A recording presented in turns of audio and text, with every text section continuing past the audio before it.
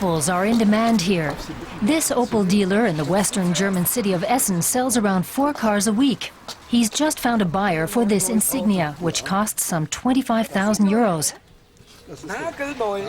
The dealer prefers to focus on quality and price, not the automaker's uncertain future. I'm optimistic. I'm firmly convinced Opel will survive. Of course, it remains to be seen with which investor, with which partner.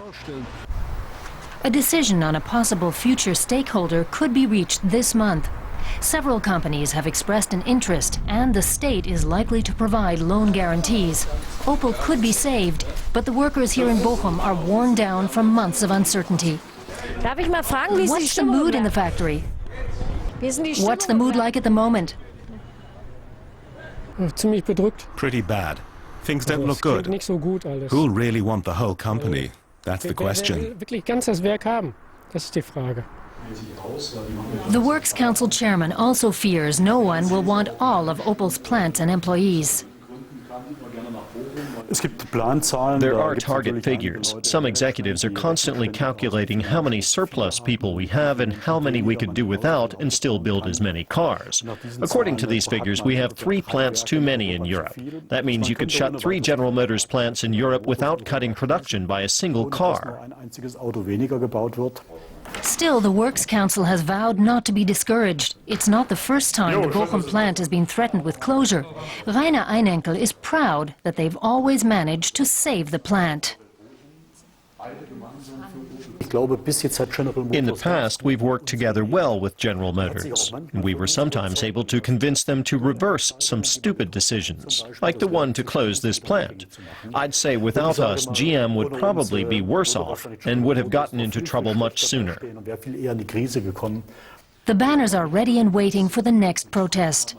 A few kilometers away, at the University of Applied Sciences in Bergisch Gladbach near Cologne, they're looking at the broader picture.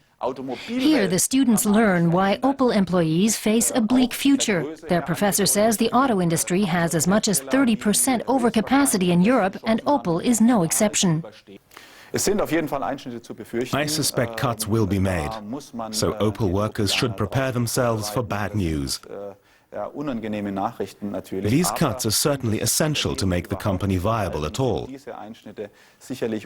Otherwise, a lot of government money will be required, with only a slight chance the company will survive, given the current overcapacity.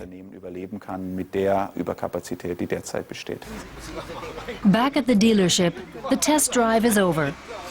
The customer and the dealer are sorting out a few last-minute details. But the issue of Opel's future remains unresolved. You're not afraid Opel might cease to exist? I can't imagine it, but I don't know for sure. But we promised her even without Opel, we'll still be here. What will you sell?